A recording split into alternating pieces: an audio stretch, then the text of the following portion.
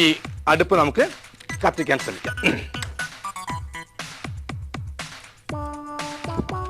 അപ്പോൾ അടുപ്പ് ഇങ്ങനെ പുകഞ്ഞുകൊണ്ടേയിരിക്കും.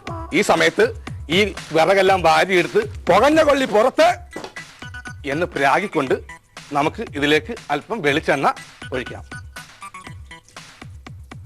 വെളിച്ചെണ്ണ നന്നായി ചൂടായതിനു ശേഷം ഈ കടുക് ഇടുക. തെറ്റിദ്ധരിക്കരുത്, അത് കടുക് പൊട്ടിയ സൗണ്ട് തന്നെയാണ്. ഇനിയും കടുകുകൾ പൊട്ടാനുണ്ടെങ്കിൽ ഈ ചിറ്റിയ കൊണ്ട് അടിച്ചു പൊട്ടിക്കാം.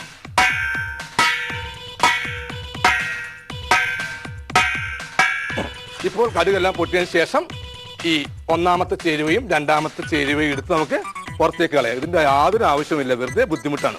അതിനുശേഷം ഈ മീൻ എടുത്തുകൊണ്ട് ഇങ്ങനെ വലം വെക്കുക. ഒരാവശ്യമില്ല, വെറുതെ ടൈം പാസ് വലം വെക്കുക.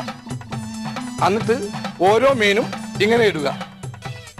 ഇങ്ങനെ ഇടുമ്പോൾ പ്ലക്ക് എന്നൊച്ച കേട്ടാൽ മീൻ ചട്ടിയിൽ വീണു എന്ന് നമുക്ക് അനുമാനിക്കാം.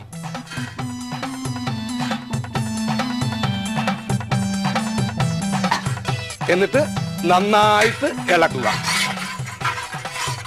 അല്പം തേങ്ങയും ഉള്ളിയും ബാക്കി വന്ന എല്ലാ സാധനങ്ങളും ഇട്ട് അസലായിട്ട് ഇളക്കുക.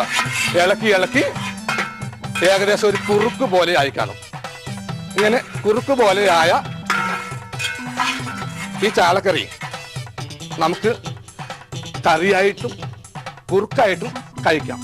വേണമെങ്കിൽ അല്പം പഞ്ചസാര ഇതിൽ ചേർത്ത് പായസമായിട്ടും നമുക്ക് വിളമ്പാവുന്നതാണ്.